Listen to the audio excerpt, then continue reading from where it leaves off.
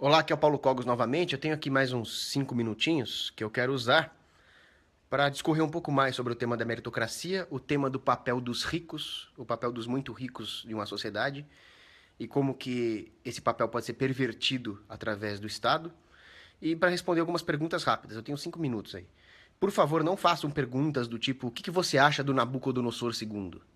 Ou seja, atenham-se ao tema desse vídeo. O tema desse vídeo é uma continuação rápida do outro sobre meritocracia e o papel dos ricos. Então eu queria que as perguntas fossem nesse sentido.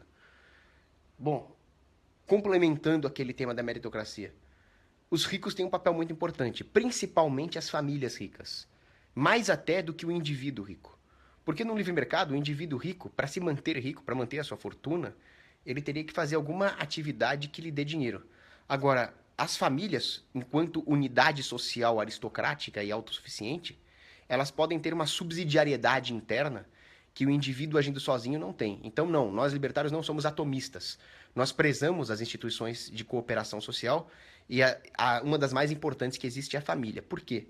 Uma família abastada e com vários filhos, ou seja, uma família tradicional e rica, e onde não tem um governo para encher o saco deles com imposto sobre herança, imposto sobre grandes fortunas, essa idiotice toda, ela consegue ter uma subsidiariedade para fins elevados que não necessariamente deem retorno financeiro. Por exemplo, eles podem ter filhos que virem padres ou freiras, eles podem ter filhos músicos, eles podem ter filhos filósofos, intelectuais, sociólogos, cientistas. Muitas vezes a ciência, a arte, a filosofia, a própria atividade clerical não vão dar dinheiro. O mercado não é assim. Tem muito liberaleco que acha que não. Se você faz um bem para a sociedade, você vai ter dinheiro. Não, não é assim que funciona. A sociedade não tem nem elevação moral e nem uma rede de incentivos capaz de fazer isso. Por isso, o papel da família. A família é essa rede. Então, se o moleque lá é um grande músico, um moleque que gosta de compor músicas clássicas, às vezes isso não vai dar dinheiro, pelo menos não imediatamente. Então, ele precisa do mecenato familiar. O mecenato familiar é uma coisa importantíssima que o governo destrói com essa mania de ficar taxando grandes fortunas.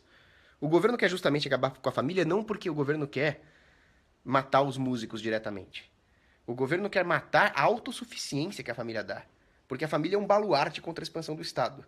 Justamente, a esquerda é a primeira filha da puta que chega falando: o capitalismo não valoriza os músicos, o capitalismo não valoriza os cientistas, o capitalismo não valoriza os filósofos e sociólogos.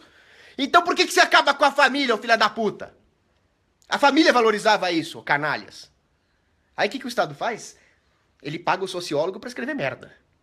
Ele paga o músico para destruir o absolutismo estético. Ele paga o artista para jogar tinta na parede e falar que aquilo é arte. Isso aí também faço. Pronto. Fiz uma obra de arte moderna aqui. Então é isso. Outra coisa é a formação do capital bruto numa economia. Saindo agora de sociologia, entrando na economia pura. Quem é que compra as máquinas? Quem é que manda produzir os tratores? Quem é que manda fazer uma indústria cuja cadeia produtiva é longa? É aquele que acumulou capital. E o retorno não vai ser imediato. É justamente daí que saem os bens mais complexos de uma economia, aqueles bens de capital pesadões que vão baratear a produção dos bens de consumo para os pobres, né? De onde vem isso? Isso vem do capital acumulado pelas famílias que as porra da esquerda quer taxar. Então é isso. O Pedro Moutinho tá falando aqui: vivi para ver o Cogos vencer sua inabilidade tecnológica e fazer uma live. Depois que a minha amiga me ensinou a mexer nisso aqui, eu fiquei entusiasmado, né? Agora, eu vou ter que ir embora mesmo. Se vocês quiserem fazer alguma pergunta sobre essa questão da meritocracia dos ricos, eu vou ter que sair. Se não tiver nenhuma pergunta, eu vou dar câmbio e desligo aqui. Então, com esse vídeo, eu complemento toda aquela tese do primeiro vídeo a respeito da importância dos ricos, do absurdo que é o conceito meritocrático na sua etimologia. Porque, de novo, para quem não viu o primeiro vídeo, meritocracia, meritocratos, kratos é força. Se o resultado do seu mérito é você mandar nas pessoas coercitivamente com o kratos, então você é meritório em fazer merda. Você é meritório em ser um criminoso. O verdadeiro mérito é aquele que te traz elevação espiritual e moral e material honesta também, ajudando o próximo. Ou seja, a meritocracia é uma contradição em termos se você estiver falando de um mérito em uma atividade boa. Mas a esquerda é justamente isso. A esquerda é o mérito do político em enganar as pessoas. Se no tempo dos tiranos, no tempo dos bárbaros, o mérito era ter um bando de asseclas armados de machado que aterrorizava a população. Numa democracia, o mérito é ainda pior. É o mérito de mentir, o mérito de enganar, o mérito de causar cisânia no tecido social. André Gomes Laganaro pergunta: a culpa é do capital financeiro? Luciana Genro intensifaz aqui. A culpa não é do capital financeiro per se. A culpa é da concentração do capital financeiro em mãos desonestas justamente por causa da regulação do mercado financeiro.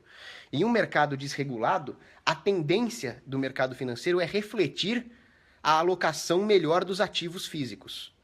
E, na verdade, os ativos financeiros servem justamente para mitigar a falta de informação das pessoas e a incapacidade de raciocínio através da especulação. Na especulação, vai haver má alocação de ativos financeiros e aquele que fez isso vai perder dinheiro. Vai haver boa alocação de recursos financeiros e aquele que fez isso vai ganhar dinheiro.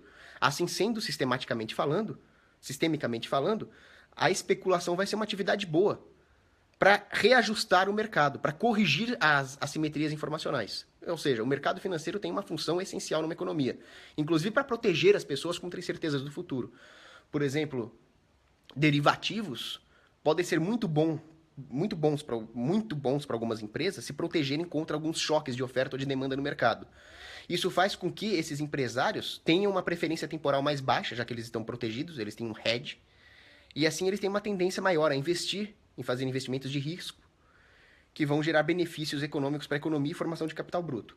Agora, vem a puta merda desse governo e regula a porra do sistema financeiro, aí vai acontecer uma deturpação das linhas de incentivo e aqueles canalhas que se aproveitarem das informações privilegiadas do governo vão lucrar causando dano na humanidade. Quer um exemplo? George Soros, Warren Buffett. Eles são bilionários, eles são investidores, mas eles não são bons investidores. Eles são bons lobistas que deveriam ser empalados em praça pública e colocar fogo neles e colocar formiga tucandeira na boca deles. E Pedro Moutinho pergunta... Nossa, tem que ir embora. A meritocracia da herança. Como eu disse, a herança vai para os filhos, é aquilo que motiva um pai a trabalhar. Porque, meu amigo, se eu for trabalhar e eu começar a ficar velho, eu vou gastar tudo, né? Eu vou viver a vida antes que acabe.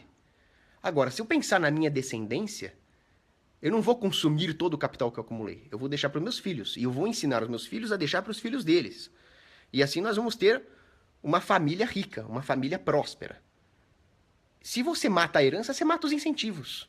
E você mata também o incentivo para o filho ser um bom filho para o seu pai. Ou seja, você mata até os laços morais no momento que você taxa a herança. Imposto sobre herança deveria ser punido com tortura. Não é com pena de morte, não. É com tortura. O cara que tem a ideia de imposto sobre herança deveria ser torturado, implorar para morrer, mas não morrer.